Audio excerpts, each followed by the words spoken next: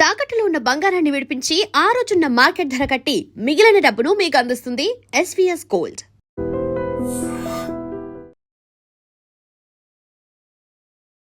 నమస్తే. ముందుగా ప్రేక్షకులందరికీ శ్రీ పరాభవనామ సంవత్సర ఉగాది శుభాకాంక్షలు. ద్వాదశ రాశుల వారికి ఈ సంవత్సరం ఏ విధంగా ఉండబోతుందో తెలియచేయడానికి మనతో పాటు బ్రహ్మశ్రీ గుండెపూడి శివసుధీర్ శర్మ గారు ఉన్నారు. మాట్లాడదాం. నమస్కారం గురుగారు. శ్రీమాత్రే నమః. శ్రీ గురుభ్యో నమః. గురుగారు, ఈ పరాభవనామ సంవత్సరంలో మిథున రాశి వారికి ఏ విధంగా ఉండబోతోంది? మిథున రాశి వారికి ఆదాయం 8, ఖర్చు 11 నాన్న. రాజ్యపూజ్యం 1, అవమానం 7. భయపడాల్సిన అవసరం ఏం లేదు. ముఖ్యంగా మిథున రాశి వారికి జన్మస్థానంలో కొన్ని రోజులు గురుడు, అలాగే ద్వితీయంలో కొన్ని రోజులు గురుడు, అలానే దశమ స్థానంలోనేమో శనీశ్వర ప్రభావం, దాంతోపాటు నవమ స్థానంలో రాహు, తృతీయంలో కేతువు. ఇక్కడ గ్రహ సంచారం చాలా అనుకూలంగా ఉంటుంది. కాకపోతే ముఖ్యంగా వీళ్ళు ఆరోగ్యం మీద శ్రద్ధ వహించాలి. జూన్ వరకు కూడా దేహం మీద ఉండేటువంటి అనారోగ్య స్థితులు కొంతవరకు భయపడేటువంటి పరిస్థితులు ఉన్నాయి.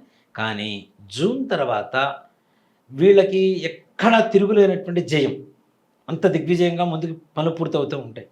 కుటుంబంలో చాలా సంతోషకరమైనటువంటి వాతావరణం ఏర్పడుతూ ఉంటుంది. ముఖ్యంగా వీళ్ళకి ఏంటంటే ఎంత డబ్బు సంపాదిస్తుంటారో దాంట్లో సగం వరకు దాచిపెడతారు, ఎంత ఖర్చు పెట్టినా కూడా. అంటే ఖర్చుకి మించినటువంటి ఆదాయం డబల్ టైం వీళ్ళకి ఇన్కమ్ వస్తూ ఉంటుంది. సో దానివల్ల చాలా హ్యాపీగా సంతోషకరంగా ఉంటారు. దాంతోపాటుగా ఇంట్లో కుటుంబంలో కూడాను ఈ అనారోగ్య సమస్యలు ఏవైతే ఉంటాయో జూన్ తర్వాత అంతా కూడా చాలా ప్రశాంతంగా ఉంటుంది. ఈ తల్లిదండ్రులకు ఉండేటువంటి అనారోగ్య సమస్యలు కూడా తీరిపోతాయి. హాస్పిటల్ చుట్టూ తిరగాల్సిన పరిస్థితి తగ్గిపోయింది, ఇంకా హ్యాపీగా ఉండొచ్చు అనేటువంటి పరిస్థితి మాత్రం జూన్ 6వ తారీఖు నుంచి ప్రారంభమవుతుంది. చాలా సంతోషకరమైనటువంటి పరిస్థితి ఉంటుంది. దాంతోపాటుగా ముఖ్యంగా కుటుంబంలో ఉండేటువంటి సమస్యలు ఏవైతే, కుటుంబ సభ్యుల మధ్య ఉండేటువంటి గొడవలు ఏవైతే ఉంటాయో అవి కూడా సమసిపోతాయి. ముఖ్యంగా భార్యాభర్తల మధ్య ఉండేటువంటి సమస్యలన్నీ కూడా తొలగిపోయి ప్రశాంతమైనటువంటి జీవనాన్ని గడుపుతారని చెప్పడంలో ఏమాత్రం కూడా సందేహం లేదు నాన్న. రాజకీయ నాయకులకి ఏ విధంగా ఉండబోతుంది గురుగారు? రాజకీయ నాయకులు మంచి ఉన్నత పదవి తప్పనిసరిగా. వీళ్ళు అంటే ఇప్పుడు ప్రతి రాజకీయ నాయకుడు కూడా ఒక పదవి కోసం పోరాడుతూ ఉంటారు నాన్న. కానీ ఈ మిథున రాశి వారికి ఒకటే మాట చెప్తాను, పదవి మీకోసం పోరాడుకుంటూ మీ దాకా వస్తుందని చెప్తా. అంటే ఈ పదవి వీళ్ళకే రిజర్వ్డ్ అని చెప్పుకునేంత స్థాయిలో, గొప్ప స్థాయిలో జాతకం ఉండబోతుంది. జూన్ తర్వాత జరిగేటువంటి ఎలాంటి ఎలక్షన్స్ అయినా, ఎలాంటి ఎన్నికలైనా, అంటే పెద్దల ఇప్పుడు హైకమాండ్ ఉంటుంది, అప్పుడు కొంతమంది మంత్రులను మారుస్తూ ఉంటుంది. ఆ మార్చేటువంటి సమయంలో కూడా మంత్రివర్గ విస్తరణ అంటుంటారు కదా, ఆ సమయంలో కూడా వీళ్ళకి రాదు అనుకునేటువంటి వాళ్ళకి మాత్రం మిథున రాశిలో ఉంటే 100% వీళ్ళకి పదవి వస్తుంది. చాలా బాగుండబోతుంది. గురుగారు, విద్యార్థులకు, ఉద్యోగస్తులకు, అలాగే వ్యాపారస్తులకు ఏ విధంగా ఉండబోతుంది? విద్యార్థులకి అత్యుత్తమ ఉత్తీర్ణత, ర్యాంక్స్. మనం సమ్మర్ రాబోతుంది, రాగానే ఫస్ట్ వినేది 1, 2, 3, 4 అనేటువంటి నెంబర్స్ ఎక్కువగా వింటూ ఉంటాం. ఇలాంటి వాళ్ళల్లో మిథున రాశి వాళ్ళు ఉంటారని చెప్పడంలో ఏమాత్రం కూడా సంశయం లేదు. 100% ర్యాంక్స్ కొడతారు వీళ్ళు. దాంతోపాటు విదేశాలకు వెళ్ళాలనుకున్న విద్యల కోసం అవి కూడా సానుకూలంగా వీళ్ళకి మంచి స్పందన లభిస్తూ ఉంటుంది. వీసాలు అవి కష్టంగా ఉన్నాయి, కానీ కొంతమందికి మాత్రం ఈజీగా అయిపోతుంటాయి. అలా ఈజీగా అయిపోయేటువంటి వాళ్ళల్లో మిథున రాశి వాళ్ళు వీసా పరంగా చాలా సులభంగా ఉంటుంది. దాంతోపాటుగా విదేశాలు వెళ్ళిన తర్వాత కూడా అక్కడ ప్రతికూలత, అనుకూలత అని 2 ఉంటాయి. ప్రతికూలమైనటువంటి వాతావరణాలు ఏమీ ఉండవు, వీళ్ళకి భయపడాల్సిన అవసరం లేదు, అనుకూలంగా ఉంటుంది. ముందుగా విదేశాల్లో ఉద్యోగం చేస్తున్నటువంటి వ్యక్తులు కొంతమంది ఉంటారు, ముందుగా స్థిరపడి పడ్డవాళ్ళు. వాళ్ళు కూడా ఇప్పుడు ఉన్నటువంటి పరిస్థితుల్లో భయానకమైనటువంటి స్థితిలోనే ఉన్నారు. ఉద్యోగం ఉంటుందా, ఊడుతుందా అనేటువంటిది.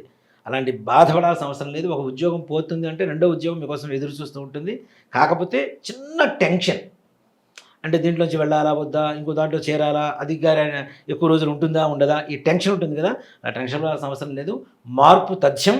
ఆ తప్పనిసరైనటువంటి మార్పు ఏదైతే ఉందో మీకు ఉన్నత స్థానాన్ని ఇస్తుంది, ఇంకాస్త ఆర్థికంగా కూడా లాభపడేటువంటి పరిస్థితి తీసుకెళ్తుంది. కాబట్టి దాని పరంగా ఎక్కడ భయపడాల్సిన అవసరం లేదు. అలాగే స్వదేశంలో ఉన్నటువంటి ప్రభుత్వపరమైనటువంటి, ప్రైవేట్ పరమైనటువంటి ఉద్యోగస్తులు, వీళ్ళకి ముఖ్యంగా వీళ్ళ తోటి వాళ్ళు ఎవరైతే ఉంటారో వీళ్ళ సహాయ సహకారాలు బాగా అందుతాయి నాన్న. ఈ పక్కన ఉద్యోగస్తులు ఉంటారు కదా, వీళ్ళు చేసేటువంటి చిన్న చిన్న తప్పిదాలు ఏమైనా ఉంటే అవి కూడా వీళ్ళు కప్పిపుచ్చుతూ, అంటే కవర్ చేసుకుంటూ ఉన్నత అధికారుల దృష్టికి వీళ్ళని మంచి పేరుతో తీసుకెళ్లేటువంటి పరిస్థితులు ఉంటాయి. తద్వారా ప్రమోషన్స్ వస్తాయి, బదిలీలు అవుతాయి, ఆర్థికంగా పంచుకుంటారు. వీళ్ళు అనుకున్న దానికంటే ఇంకాస్త ఎక్కువ శాతమే జీతం పెరగడానికి కూడా అవకాశం ఉంటుంది. అలాగే క్రీడారంగం వారికి, కళారంగం వారికి ఏ విధంగా ఉండబోతుంది? క్రీడారంగం వారు నిజంగా మిథున రాశిలో ఉండేటువంటి వాళ్ళు నాన్న ఈ సంవత్సరం మంచి, అంటే గుర్తింపు తెచ్చిపెట్టేటువంటి ఒక్కొక్క సీజన్లో కొంతమంది ఆటగాళ్ళు ఉంటారు, వాళ్ళకి మాత్రమే గుర్తింపు వస్తుంది. ఈసారి మిథున రాశి వాళ్ళకి ఎక్కువ శాతం మిథున రాశి వాళ్ళు ఉంటారు, మంచి గుర్తింపు తెచ్చుకునేటువంటి వాళ్ళలో. క్రీడారంగంలో ఏదైనా అవార్డు తెచ్చిపెట్టే వాళ్ళు ఎవరైనా ఉన్నారు మన దేశానికి అంటే ముఖ్యంగా మిథున రాశి వాళ్ళని చెప్పుకోవచ్చు. అలాగే కళారంగం వాళ్ళు, ఈ కళారంగం వాళ్ళకు కూడా ఉన్నతంగానే ఉండిపోతుంది నాన్న, మంచి మంచి అవకాశాలు రాబోతున్నాయి. కాకపోతే చిన్న సమస్య ఏంటంటే కళారంగం వాళ్ళకి కొంచెం లేజీనెస్, బద్ధకం ఎక్కువగా పెరుగుతూ ఉంటుంది. ఈ బద్ధకాన్ని కనుక తగ్గించుకుంటే, వచ్చిన అవకాశాన్ని సద్వినియోగపరుచుకుంటే మరింత భవిష్యత్తు బంగారుమయం చేసుకోవడానికి అవకాశం ఉంటుంది. అలాగే రియల్ ఎస్టేట్ వారికి ఏ విధంగా ఉండబోతుంది? రియల్ ఎస్టేట్ వాళ్ళు, రైతులు ఇద్దరికి సానుకూలంగా ఉండేటువంటి సమయం మిథున రాశి వాళ్ళకి. దీంట్లో ఏమాత్రం కూడా సంశయం లేదు. ఉన్న అప్పులు తీరిపోతాయి, వీళ్ళు ముందుగా ఇచ్చినటువంటి అప్పులు వెనక్కి తిరిగి వస్తాయి. తద్వారా ఆర్థికమైనటువంటి ఎక్కడా బాధలు లేవు. ప్రతి పండుగ సంతోషకరంగా చేసుకుంటారు వీళ్ళు చక్కగా. అలాగే రుణాల సమస్యలు ఉంటాయి ఎన్నో సంవత్సరాల నుంచి, వారికి కోర్టు గొడవల వారికి ఏ విధంగా ఉండబోతుంది గురువు? న్యాయస్థాన వ్యవహారాలు అన్ని దిగ్విజయంగా, వీళ్ళకి సామరస్యంగా సానుకూలంగా ఉండేటువంటి స్థితిలో పరిష్కారం జరుగుతుంది.